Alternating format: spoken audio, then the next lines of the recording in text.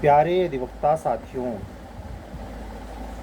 सभी अधिवक्ता बंधुओं और बहनों को जय श्री सीताराम। हम सभी लोग धीरे धीरे जो एक ऊहापोह थी, कब डेट आएगी कब डेट आएगी, डेट आ गई। इसी कसमकस में यूपी पीसीएस के स्टूडेंट भी अभी भी जंग लड़ रहे बेचारे। उनका एक कन्फर्म नहीं हो पा रहा है कि सेंटर अलॉट का क्या समस्या आ गई है। न सरकार कुछ तय कर पा रही है, न कमीशन कुछ बता पा रहा है। और 7-8 दिसंबर के लिए संदेह बना हुआ है कि यूपी पीसीएस का एग्ज़ाम 7-8 दिसंबर को होगा या किसी और डेट पे हो सकता है। जो भी है, यूपी पीसीएस के स्टूडेंट शंका में है, कसमकस। यूपी हायर जुडिशरी के बच्चे भी कसमकस में थे, लेकिन वो अब स्वतंत्र दिमाग से अपनी अपनी तैयारी में लग चुके हैं। मैं भी, आप जानते हैं कि मई जून 2023 से ही यूपी हायर जुडिशरी 2022 की वैकेंसी के लिए हमने सीरीज कार्यक्रम वगैरह चला रखे हैं, अभी भी चल रही है।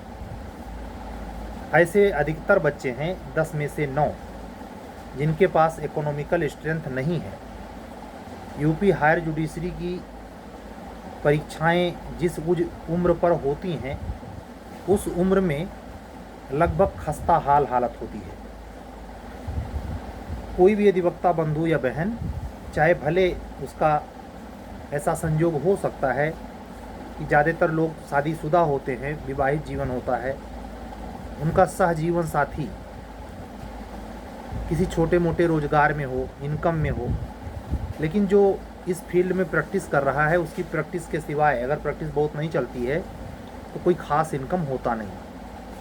और थोड़ी बहुत अगर प्रैक्टिस से इनकम होती भी होगी तो गृहस्थी के रोज़मर्रा के खर्चे, आज के युग में महंगाई, पैसे की अचानक नहीं है, पैसे की बहुत ज़्यादा आवश्यकता स्टडी के लिए कुछ बचाती नहीं, बहुत ज़्यादा निराशा पैदा करती है। लेकिन जज्बा उन अधिवक्ताओं में देखने को मिलता है, मैंने महसूस किया, मैं स्वयं जानता भी हूँ, जिन्होंने कंपटीशन में कई बार मेंस लिखा है, ना पहुँचे हों इंटरव्यू तक, तब भी मन में तो सपना है ही, होना भी चाहिए कि हो सकता है अब की बार किस्मत काम कर जाए। लेकिन ये जीवन की कठोर सच्चाई है, हम सभी को इसको मानना चाहिए। आप अगर ज़िंदगी में अपने ही जीवन में जो घट रहा है उस पर नज़र दौड़ाएं, शांत चित्त से कहीं एकांत में बैठ जाएं और सोचें, तो आप पाएंगे कि अधिकतर वह हुआ जो आप चाहते नहीं थे। आप उस साइड में सोचा ही नहीं था, आप वहाँ हैं। इसका मतलब यह है कि यहाँ अपने सोचे के हिसाब, ऐसा नहीं है कि बिल्कुल नहीं होता है। आपने ये तय किया है तभी तो जुडिशरी की फील्ड में आए हैं, और फील्ड में आने के बाद जब पद कोई प्राप्त करता है, पाता ही है, सीट तो खाली जाती नहीं, तो ऐसा नहीं है। लेकिन ज़्यादातर केसेस में जो सक्सेस नहीं मिलती, तो उसमें यह मानना चाहिए कि जीवन का ये प्रकट सच है कि हर चीज़ अपने अकॉर्डिंग ही नहीं घटेगी। इसीलिए कल के वीडियो में हमने क्या कहा, हे परमात्मा, हमारे सभी अधिवक्ता बंधुओं बहनों को जो हमको लेसन करते, हमसे जुड़े हैं, उनका कल्याण हो, उनको उनकी इच्छा के अनुसार मनोकामना की पूर्ति के लिए प्रार्थना नहीं किया। मनोकामना कभी कभी नरकगामी होती है, कभी कभी वो ऐसे पतन की ओर ले जा सकती है जिसका अंदाज़ा नहीं आपको। लेकिन परमात्मा, जब परम सत्ता जो संसार को चला रही है, वो निराकार आकार कुछ भी हो सकती है, वह सत्ता जब आपका साथ देती है तो सारी जिम्मेवारी वो खुद लेती है। योग क्षेम बहाम्य हम, गीता में भगवान कृष्ण सबसे सरल सुगम उपाय अर्जुन को बताते हैं। अर्जुन, अगर तुझसे कुछ भी नहीं हो सकता, न तो ज्ञान योग में अपने मन को नियंत्रित कर सकता है, न तुझसे भक्ति हो सकती है, न तुझसे और स्वाध्याय या ध्यान अध्यसन हो सकता है। तो तू ये काम कर, तुम सब कुछ छोड़कर मेरी शरण में आ जा, समर्पित हो जा। ममय वांसो जीव लोके जीवभूत सनातना।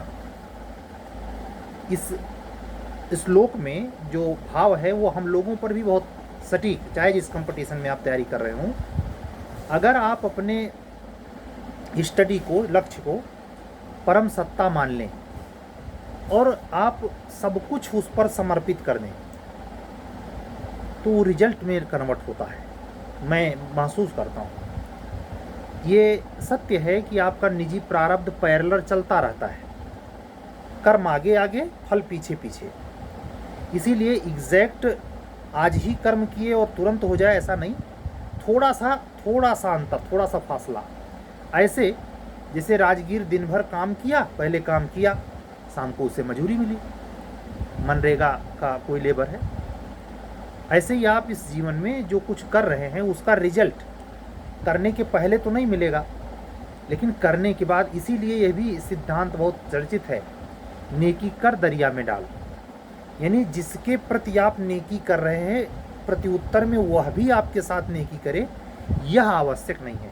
इसी फार्मूले पे यह सिद्धांत काम करता है कि आप जो जब चाह रहे हैं कि हमको यह पद मिल जाए तभी मिल जाए, जरूरी नहीं है।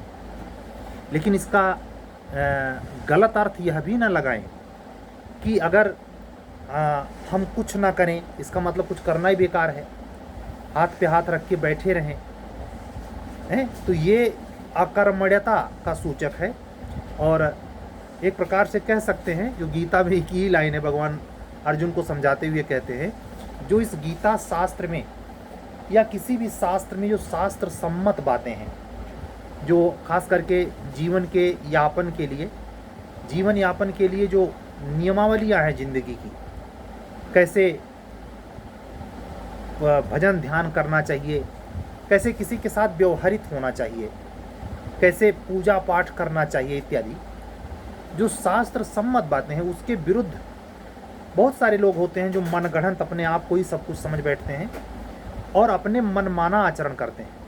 ऐसे लोगों को न यह परलोक मिलता है और न वह लोक मिलता है, न तो यह लोक मिलता है न परलोक मिलता है। सारी कहने का यहाँ साफ मंतव्य परम सत्ता का है कि अगर आप टोटली सिलेंडर नहीं हो सकते तो आपके लिए मुश्किल ही मुश्किल है, दिमाग में हमेशा आंधी चलती रहेगी। और अगर आप लाइन से ट्रैक पे तो सही गए, आप समर्पित होने के भाव से ही गए, लेकिन आपको मिथ्या अहंकार क्या चढ़ लिया आपके ऊपर कि हम तो समर्पित हैं, बाकी बेवकूफ़ हैं। अब ये वो जो बेवकूफ़ हैं ठीक है, लेकिन वो उतने घाटे में नहीं है जितना आपको ये भ्रम हो रहा है कि आप होशियार, बाकी सब बेवकूफ़। ये जो पीछे से सिंड्रोम घुसा, वायरस, बहुत बारीक वायरस, ये जानते हैं, ये सूक्ष्म अहंकार है। यही कबीरदास जी कहते हैं, जब मैं था तब हरि नहीं, अब हरि है मैं नाय। अहंकार के इन्हीं रूपों में एक रूप यह भी है कि हमें कुछ ज़रूरत नहीं है, मुझे सब आता है और मुझे कोई सुधार करने की ज़रूरत नहीं, मुझे कोई राइटिंग स्किल की ज़रूरत नहीं। हमारी किस्मत ख़राब नहीं अब तक हो गया होता। किस्मत न किसी की ख़राब होती है, न किस्मत किसी की कभी अच्छी होती है। इसको बड़े ध्यानपूर्वक समझ लें। किस्मत होती ही है कर्म का परिणाम। जो भी आप दिख रहे हैं कि बड़ा किस्मत वाला है, बड़ा पैसे वाला है, वो कुछ ऐसा किया है कि उसके कोटे में धन आएगा, वो कर्म से ही संबद्ध होता है। कोई व्यक्ति अचानक भरी अवस्था में कैंसर का शिकार हो जाता है और धीरे धीरे उसके बदन में हर सेल्स में कीटाणु फैल जाते हैं, खून बनना बंद हो जाता है और वो आदमी बहुत पीड़ा में रह के अंत में प्राण त्यागता है। ऐसे तो हर व्यक्ति की डेथ नहीं होती, उसके कुछ अपने कर्म हैं पिछले जन्म में, इस जन्म में, जो उसके जीवन को भुगवाता है, यानी हर पल कष्ट दे रहा है। ब्लड के अंदर सेल्स होती, उस नसों में दर्द है। कैंसर की बहुत भीषण पेन होती है, भगवान न करे किसी को हो। कहने का मतलब ये है कि अगर आप पढ़ाई लिखाई के क्षेत्र में जो आपका करियर है उसमें अपने लक्ष्य को पाने के लिए बहुत सेल्फ ओरिएंटेड हैं, किसी से कोई सरोकार नहीं रखते, आपको सफलता मिल जाएगी।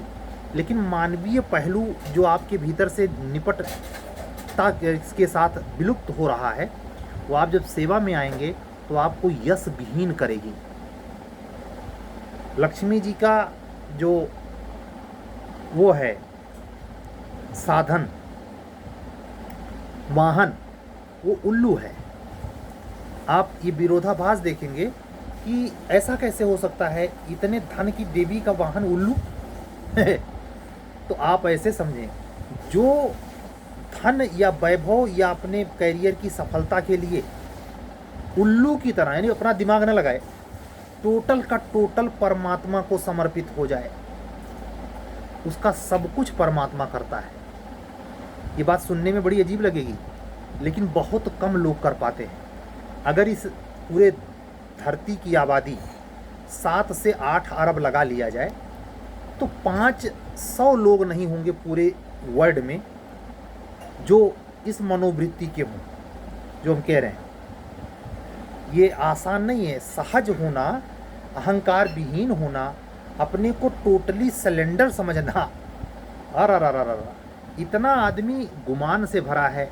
जातीय अभिमान, रूप का अभिमान, बुद्धि का अभिमान, अभिमान पे अभिमान, कुछ ना अभिमान होने का अभिमान। इन सारे चीज़ों पर मैं रोज़ रोज़ इसलिए छेड़ता हूँ कि अगर जीवन को दो फलक पर देख रहे हैं, एक तो आपको एक नौकरी चाहिए, पद पावर चाहिए, और दूसरे जब ये पा जाएंगे तो आपका जीव उबेगा कि हम कहाँ फंस गए। अगर आप सेंसिटिव नेचर के हैं और अगर आप बहुत ही पेशेवराना अंदाज है तो फिर आप 60 साल तक इंतज़ार कीजिए, अपने पद को भोगिए, पावर दिखाइए, जी लीजिए। लेकिन उसके बाद रिटायर होते ही आपको ये दुनिया एहसास करा देती है, होंगे आप कहीं के जज, रहे होंगे कभी जज, रहे होंगे कभी न्यायमूर्ति।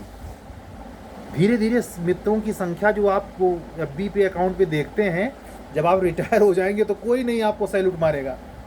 क्यों नहीं मारेगा? अब आप किस काम के हैं? कहीं अगर कोई प्रॉब्लम में फंस जाए तो अधिकारियों से ज़्यादा लोग टच इसीलिए रखना चाहते हैं कि हमारे परिचय का है, अगर कोई प्रॉब्लम होगी तो हमारी मदद कर देंगे। इसको गलत वे में हम लोग क्या ले लेते हैं, जो अधिकारी हैं, अधिकारी मित्र, उनको लगता है कि ये हमारा भूरी भूरी प्रशंसा कर रहा है और हमने कुछ बड़ा किया है। बड़ा कुछ नहीं किया है। आपको ये बड़ा तब पता चलेगा कि कितना बड़ा किया है जब रिटायर होने के पहले ही साल में दुनिया एहसास करा देगी। दुनिया जाए बाढ़ में, आपका खुद के परिवार का मेंबर ही एहसास करा देंगे, अरे पापा अब तो आप रिटायर हो गए, अब तो चुप हो जाइए, अब तो अपनी मत डींग हाँकिए। वो बोली सुनने को मिलेगी जिसका कोई इल्म नहीं, अंदाज़ा नहीं। तो ये जो स्टडी है और नई संहिताओं के साथ सलेबस हायर जुडिशरी का आप देख रहे हैं, मैं भी आज भारतीय न्याय संहिता पर पहला डेमो क्लास जो इंडेक्स बेस्ड है मैंने लिया है और बच्चों को प्रॉमिस किया है इसको पब्लिक कर दूँगा।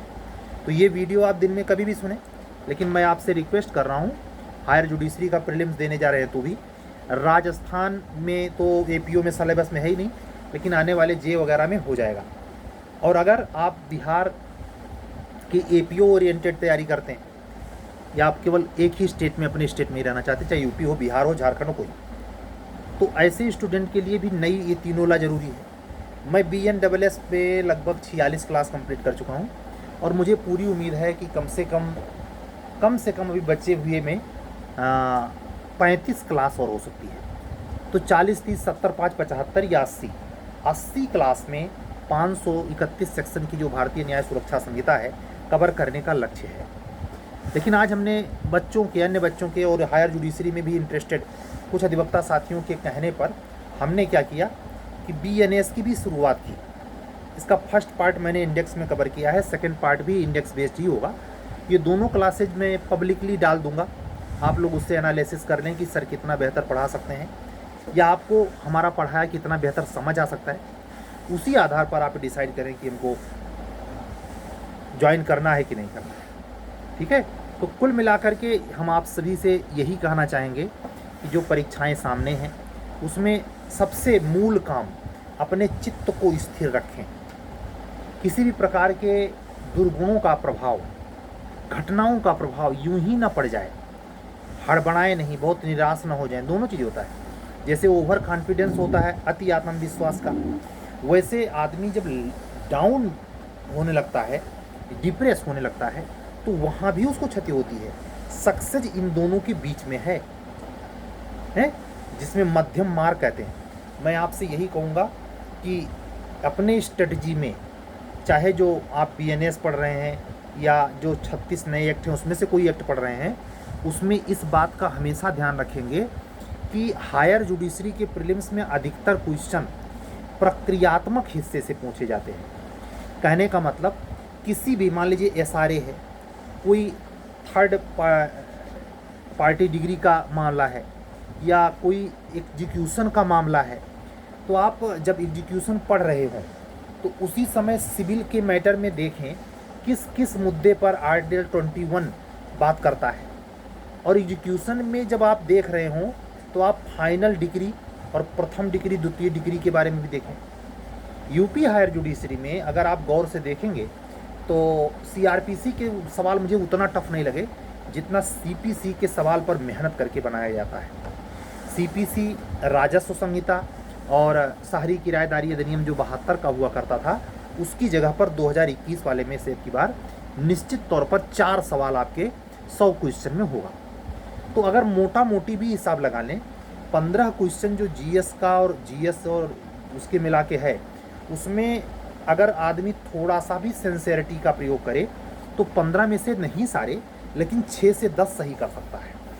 और ये 6 से 10 उस समय बहुत फ़ायदेमंद होगा जब आपका नंबर टोटल होगा, मार्क कंप्यूटर मशीन चेक करेगी, तो आपका जो डिजिट आए, जैसा कि मैंने कहा ये सुबह के ग्रुप में एक ऑडियो संदेश से, कि अगर आप इसमें बैठने की अर्हता पा रहे हैं और अब की बार आप एचजीएस एडिशनल डिस्ट्रिक्ट जज यूपी के लिए प्रीलिम्स देने जा रहे हैं, तो ये मान के चलें कि मेंस स्तर पर या इंटरव्यू स्तर पर अभी से आप कमर कस लें कि अंतिम जोन की तैयारी कर लेंगे। जो भी क्वेश्चन पूछ रहा है उन सारे क्वेश्चन को अपने बगल के पड़ोसी राष्ट्र मध्य प्रदेश, जहाँ जहाँ माइनस मार्किंग के साथ ये पेपर इंक्लूड हैं, कोई भी स्टेट हो, तो वो पेपर पर जो प्री और मेंस लेवल के जो आप एक प्रकार से मॉडल आंसर भी उपलब्ध हैं, उनके आधार पर आप यह भी तय करें कि उस एक्ट से स्पेशली कहाँ से सवाल आ जाएगा, किस जोन से।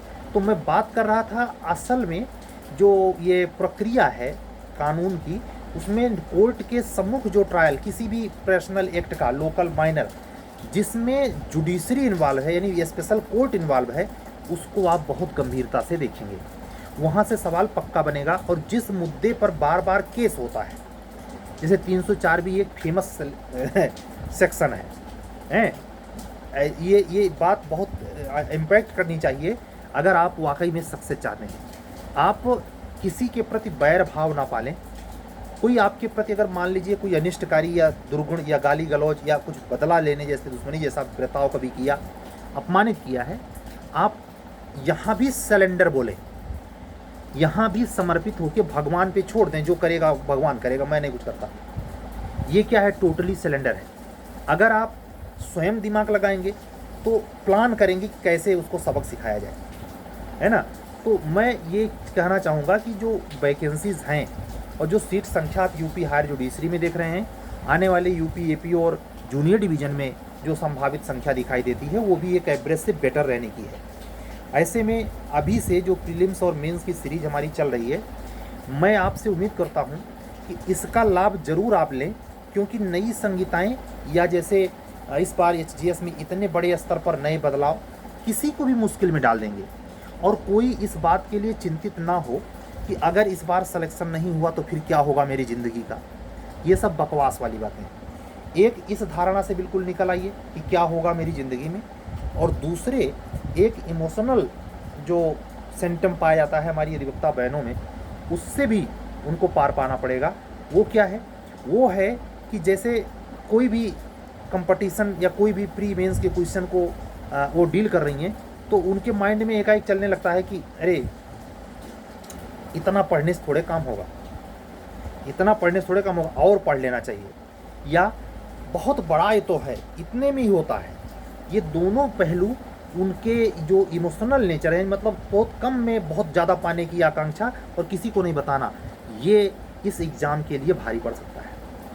तो जितना आपके बेयर एक्ट में कोई भी 3600 में से कोई एक्ट उठाएं, वह हिस्सा ज़रूर ध्यान दें जहां उस एक्ट से रिलेटेड ऑफेंस का जुरिस्डिक्शन कोर्ट कौन सा है, और कोर्ट में एज ए न्यायाधीश, एज ए स्पेशल न्यायाधीश क्या भूमिकाएं अदा कर रहा है, कैसे फैक्ट एंड इशू तय किया है। ये सब चीज़ें बहुत आपको लाभकारी आएंगी, और आप ये देखेंगे कि जब ये एग्ज़ाम 8 दिसंबर को देने आप जाएंगे, उसके पहले एक कॉन्फिडेंस बिल्डअप हो जाएगा कि हमने लगभग सारे सेक्शन एक एक दिन में 2-2, 3-3 एक्ट निपटाए हैं। मैं तो वैसे स्पेशल समय नहीं पाता, मेरे पास बिल्कुल समय नहीं है। हमारे बच्चों ने हमको प्रेरित जरूर किया, लेकिन मेरी आत्मा ने निर्णय लिया जो होगा होगा। हमारा एक ही फर्ज इस समय नज़र आता है कि आपका साथ हम इंटरव्यू क्या, जब तक आपको सफलता न मिले तब तक दे पाएँ।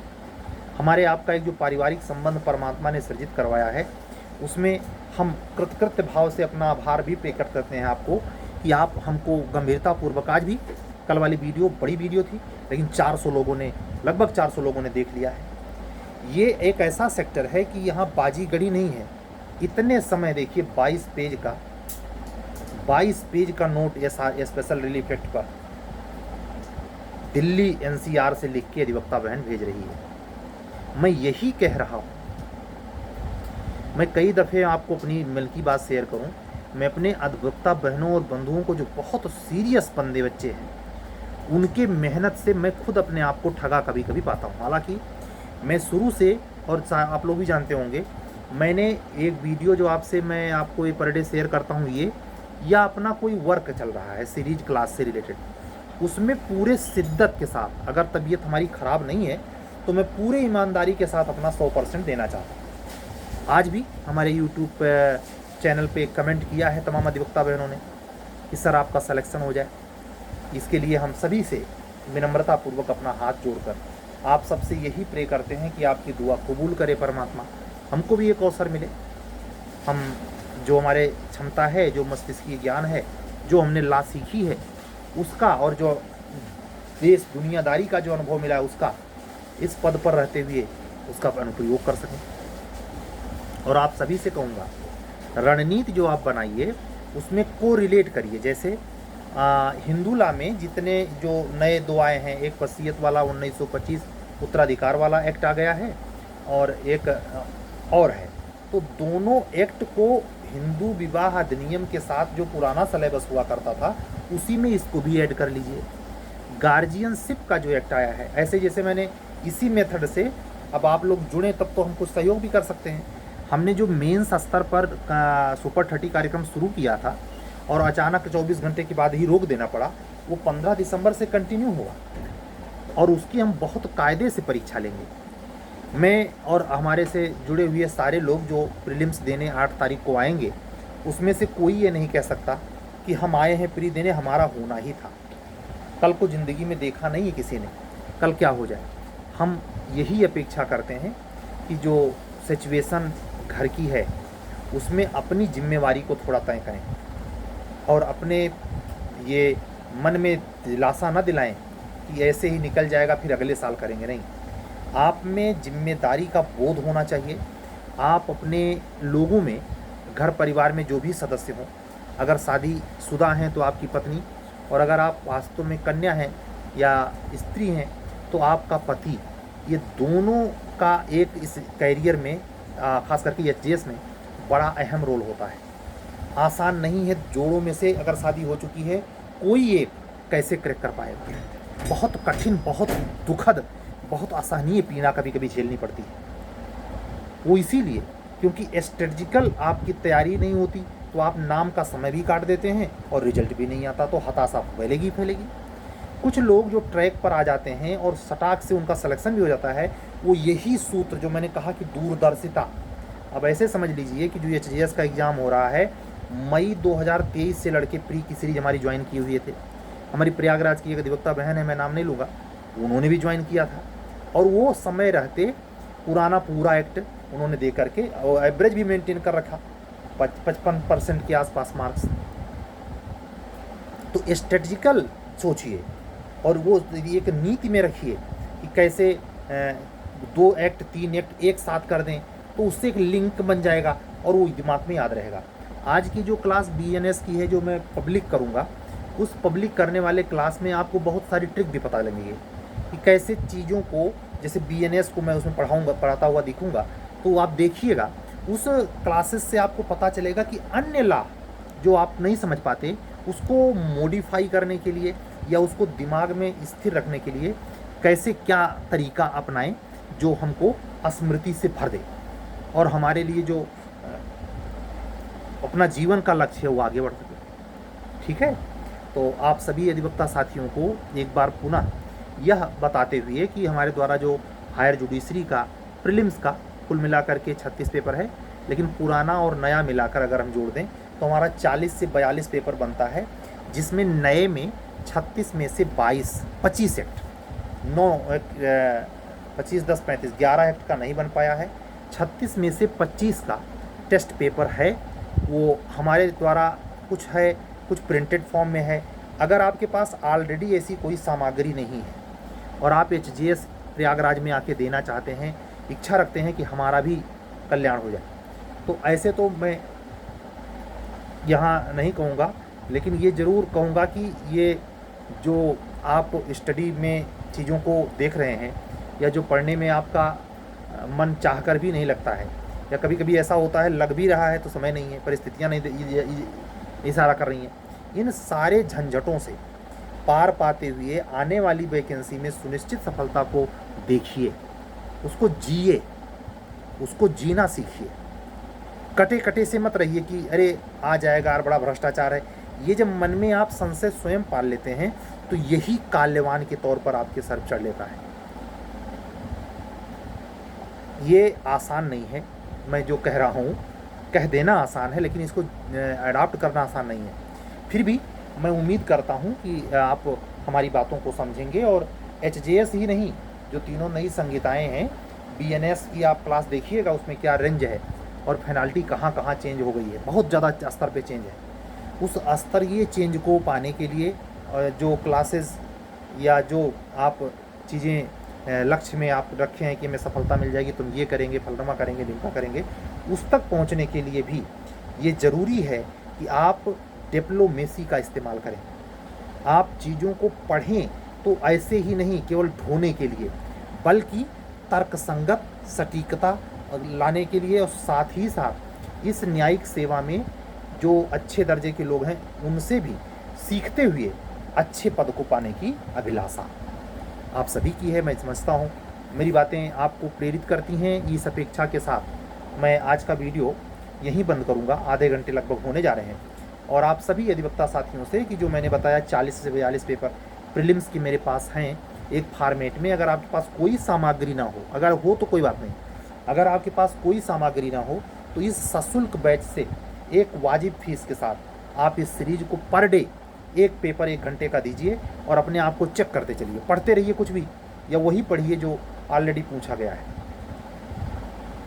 ये ज़रूरी है, इसलिए मैं आपसे यही कहूँगा कि इस मौके को भुनाइए और अपने दिमाग में फालतू की चीज़ों को जगह मत दीजिए जो आप में डिस्टर्बेंस क्रिएट करे, जो आपको हताशा में पहुँचाए, जो आपको हीन भावना से ग्रसित करे। यानी सारे ऐसे तत्वों पर काम कीजिए जिससे आप उभर सकें और एक जो छुपी दबी प्रतिभा रह जाएगी उसको नए मंच दे करके अपने खानदान, कुल और समाज का नाम रोशन करें।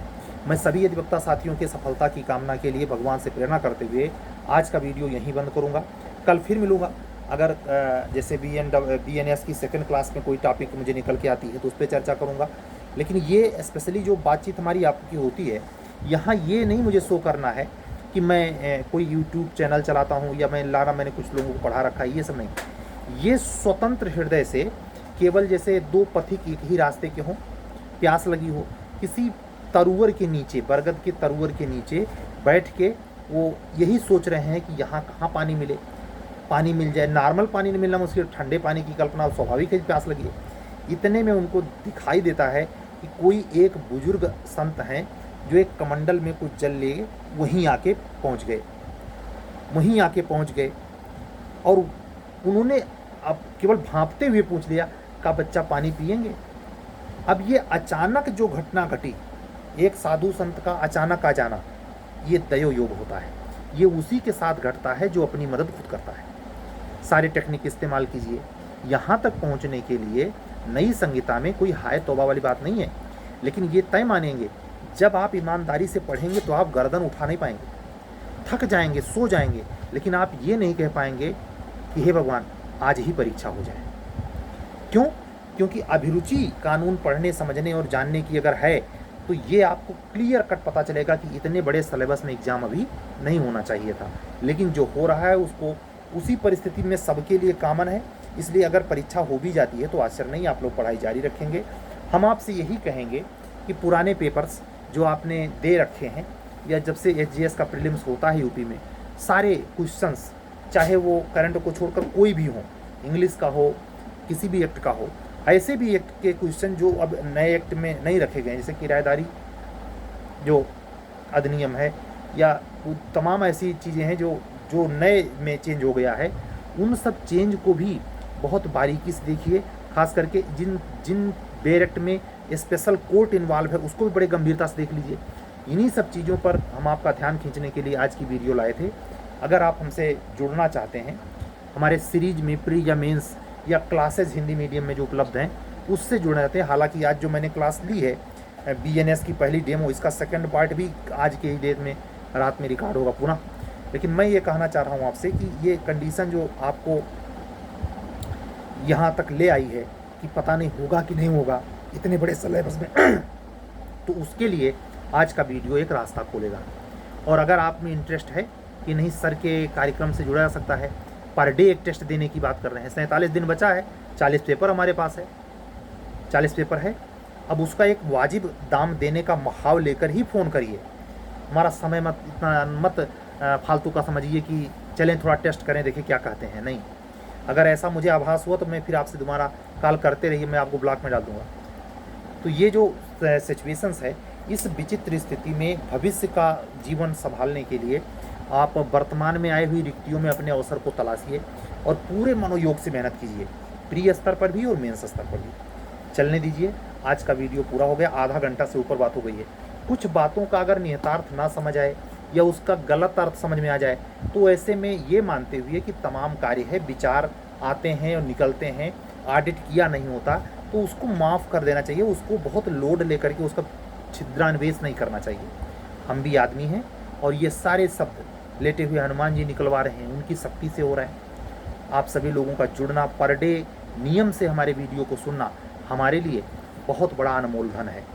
मैं आप सभी सदिवक्ता साथियों को हृदय से आभार प्रेषित करते हुए, स्नेह के लिए, अपार प्यार के लिए मैं कृतकृत्य भाव पर शेयर करता हूँ और उम्मीद करता हूँ कि आने वाले समय में ये अवसर जो आपको पद प्रतिष्ठा का मिलने वाला है उसको सेलिब्रेट करने का अवसर मिले।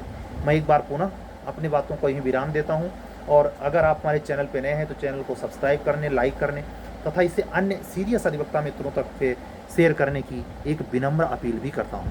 आप सभी लोगों का सहयोग हमारे व्यक्तिगत कार्य में आत्मबल रखने और उस पर कड़ी मेहनत करने के लिए उत्प्रेरित करता है। ठीक है, चलते हैं, कल फिर मिलेंगे। सभी अधिवक्ता साथियों और बंधुओं बहनों को जय सिया राम बोलते हुए आज की वीडियो बंद करता हूँ। सत्यमेव जयते। शुभ रात्रि।